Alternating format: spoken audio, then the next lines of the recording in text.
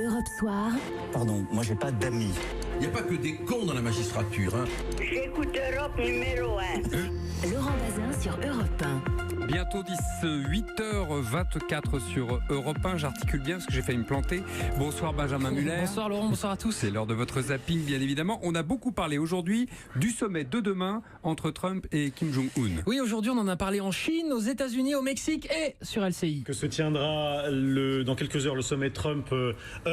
Il y a de l'excitation dans l'air. Excitement is in the air. Excitement is in the air, carrément. Oui, sur LCI, on est bilingue. Et ça tombe bien, comme ça on peut comprendre le petit lapsus qui fait rire ce matin tous les Américains d'une journaliste en direct sur Fox News. Regardless of what happens in that meeting between the two dictators. In that meeting between two dictators, dans cette rencontre entre les deux dictateurs, dit sur la Fox, la chaîne préférée de Trump, c'est assez cocasse, it's very cocasse, comme on dirait sur LCI. Alors on reste en anglais. Robert De Niro a fini un speech comme ça tout à l'heure lors d'une remise d'un prix de théâtre. I'm going to say one thing. Fuck Trump. Ah, attendez, j'ai pas compris.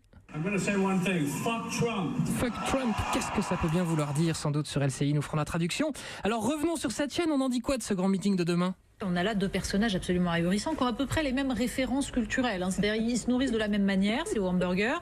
C'est le péché mortel, ça, pour Natacha. C'est une nourriture très irritante, très inflammatoire. Ça ne doit pas apaiser. Oui, dis-moi ce que tu manges. C'est très inflammatoire, le hamburger. Le hamburger, sans doute. Vous le saviez? Non, oui. Je l'apprends. Sans doute, la salade verte, c'est meilleur, c'est ce que vous voulez dire. Oui, sans aucun doute, oui. Quoi de neuf dans les émissions de débat politique aujourd'hui? Déjà sur Sud Radio, André Berkoff a une nouvelle cible. Et je vais vous dire, aujourd'hui, je le dis, il y a pire que la fachosphère. Ah oui? Il y a régnante, indivise, puissante, superpuissante. Qu'est-ce qui est pire que la fachosphère? La nazisphère? La tueur en sérisphère? Dis-nous, André. Puissante, superpuissante, la conosphère. Ah. Et il ne faut pas laisser la conosphère proliférer. Oui, la conosphère, vaste combat. Et justement, qui dit conosphère dit Pascal Praud sur CNews. Je veux pas dire par là que lui, il est con. Je dis juste qu'il cherche lui-même à traquer les cons, ce qui est salvateur. T'es tellement con qu'on a l'air vachement intelligent à tes côtés. Oui, ça vaut le coup d'avoir des copains pas malins. Ça élève. Berkoff, un commentaire? Il y a, hélas, non seulement des cons partout, mais des criminels partout. Dénonçons-les où qu'ils se trouvent. Tout à fait, Thierry. Bon, sur Europe 1, dans Bonjour la France, on n'a pas parlé des cons. Berkoff. André Berkoff, j'ai dit quoi? Tout à fait, Thierry. Oui, Thierry, oui. Mais c'est bien aussi, c'est une réplique de foot. Exactement. Dans Bonjour la France, on n'a pas parlé des cons, on a parlé de beaucoup mieux des asperges. Et arrivent des asperges, je me dis, mais qu'est-ce que je vais faire? Je ne sais pas comment ça se mange. Et j'ai vu cette dame les prendre avec les doigts et les manger. Pourquoi? Eh oui, pourquoi? Il n'en parle pas de ça, Berkoff, c'est vrai ça? Bonne question d'Ariel Wiesman. Pourquoi manger les asperges avec les doigts? On n'en parle pas alors que c'est un vrai sujet. Les asperges, là, elles sont contentes, elles nous écoutent. Elles se disent, c'est vraiment notre moment. C'est le moment asperge. On parle peu de nous en ce moment. On est vraiment des stars, c'est vraiment notre saison. Voilà, c'était le moment asperge, Laurent, je voulais vous le faire partager. Un moment dinosaure? Oui, débat sur France Inter à propos du nouveau Jurassic Park. Je ne sais pas qui est le gars qui parle, mais il n'a pas aimé le film. Et on se retrouve comme d'habitude dans Jurassic World.